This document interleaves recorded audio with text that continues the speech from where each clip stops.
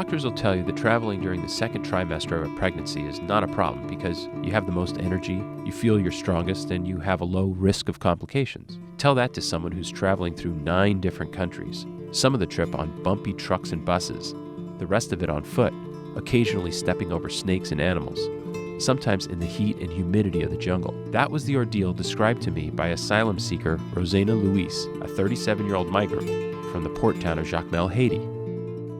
Rosena is now 6 months pregnant. I met her in Tijuana, Mexico recently, about 4 weeks after she arrived south of San Diego. I was immediately impressed with her strength and grace. I spoke with her as she sold dried platanos at a pedestrian crossing plaza. While many asylum seekers are from the well-known migrant caravans that originated in Central America, Rosena and a group of over 100 Africans made their way north from Sao Paulo, Brazil, in a caravan of their own this winter. Rosena told me that people in the South and Central American countries she traveled through were not particularly kind. She intimated that due to their race, people in her caravan were heckled and yelled at by locals on their trip.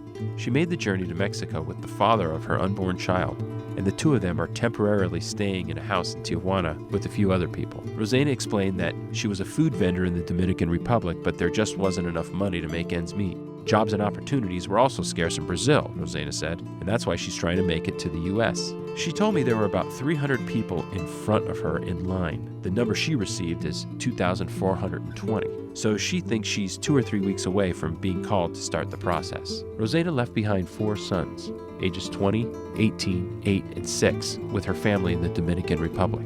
It's her 5th child who weighs most heavily on her mind now. Rosena said she'd be treated at a Tijuana hospital if she went into labor, but of course, she'd love to have the baby in the United States.